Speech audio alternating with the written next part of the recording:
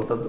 ಆರ್ಥಿಕವಾಗಿ ಸುಭದ್ರತೆ ಭದ್ರತೆ ಅಲ್ಲಿ ಆಟಗಾರರಿಗೆ ಇಲ್ಲದ್ರಿಂದಾಗಿಯೂ ಯಾವುದೋ ಕಾರಣ ಇರ್ಬೋದು ಇವತ್ತು ದಿನದಿಂದ ದಿನಕ್ಕೆ ನಿಶ್ಶಕ್ತ ಆಗ್ತಾ ಹೋಗ್ತಾ ಇದೆ. ಆದ್ರೆ ಅದೇ ಕಾಲಕ್ಕೆ ಒಂದು ಕಾಲದ ನಿಶ್ಶಕ್ತ ಭಾರತ.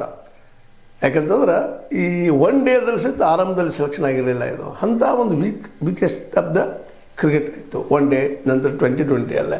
ಆದರೆ ನಂತರ ದಿನಗಳಲ್ಲಿ ಇವತ್ತು ಕ್ರಿಕೆಟ್ ನೀಡಿದಂಥ ಆದ್ಯತೆಯಿಂದಾಗಿ ನೋಡಿ ಇವತ್ತು IPL ಮತ್ತೇನೋ ಮಾಡಿ ಪ್ರತಿ ವರ್ಷ ಆ ಆಟಗಳ ಸುಗ್ಗಿನ ಮಾಡಿದ್ದಿಂದಾಗಿ ಇಡೀ ದೇಶದಲ್ಲಿ ಅನೇಕ ಮಕ್ಕಳು ಅನೇಕ ಯುವಕರು ಈ ಆಟಕ್ಕೆ ಒಲದ ಇವತ್ತು ಕ್ರಿಕೆಟ ನಮ್ಮ ಜೀವಪ, ನಮ್ಮ ದೇಶದ ಆಟ ಅನ್ನುವಷ್ಟರ ಮಟ್ಟಿಗೆ ಬೆಳೆದು ನಿಂತದ್ದು.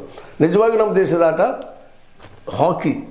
ಧ್ಯಾನ್ ಚಂದ್ ಎಂದೂ ಮರಿಲಾರದ ವ್ಯಕ್ತಿ ಆಗಿದ್ದರು ಅವರು. ಅವ್ರ ಆಟ, ಕಾಲ್ ಚಲನೆ ಇವೆಲ್ಲನೂ ಗಮನಿಸಿದಾಗ ಹಾಕಿಯನ್ನು ನಾವು ಜಗತ್ತಿಗೆ ಕೊಟ್ಟಿವಿ. ಜಗತ್ತಿಗೆ ಇಂಗ್ಲೆಂಡ್ ಹಾಕಿ ಮತ್ತು ಕ್ರಿಕೆಟ್ ಕೊಡುವಲ್ಲಿ ತಾಯಿಯಾಗಿದ್ದರೂ ಸಹ ಅದನ್ನು ಮೀರಿಸುವಂಥ ಒಂದು ಶಕ್ತಿಯನ್ನು ಇಂಡಿಯಾದ ನಮ್ಮ ಆಟಗಾರರು ಪಡೆದಿದ್ರು ಅನ್ನೋದು ಎರಡು ಮಾತಿಲ್ಲ. ಅದರಲ್ಲೂ ಧ್ಯಾನ್ ಚಂದ್ರ ಆಟವನ್ನು ನೋಡಿದ್ದಂತಹ ಹಿಟ್ಲರ್, ಜರ್ಮನಿಯ ಬಲಿಷ್ಠ ಡಿಕ್ಟೇಟರ್ ಧ್ಯಾನ್ ಚಂದ್ರಿಗೆ ಹೇಳಿದರು, ಬಾರಪ್ಪ ನಮ್ಮ ದೇಶದಲ್ಲಿ ಬಂದು ಆಡು ಅಂತೇಳಿ. ಆವತ್ತು ಇನ್ನೂ ದೇಶ ನಮ್ಮ ರಚನೆ ಆಗದ ಸಂದರ್ಭದಲ್ಲೇ, ಇನ್ನೂ ಘೋಷಣೆ ಆಗೋ ಸಂದರ್ಭದಲ್ಲೇ ಅದು ನಿರಾಕರಿಸಿದ್ದ ಆವತ್ತಿನ ನಮ್ಮ ಧ್ಯಾನ್ ಚಂದ್ ಅನ್ನೋದು ಈ ಸಂದರ್ಭದಲ್ಲಿ ಅನಿಸ್ಬೇಕಾಗ್ತದೆ.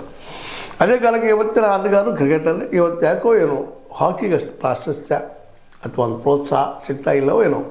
ಆದರೆ ಕ್ರಿಕೆಟಿಗೆ ಮಾತ್ರ ಎಲ್ಲಿಲ್ಲದ ಸಪೋರ್ಟ್. ಹೀಗಾಗಿ ಇವತ್ತು ಯುವಕರು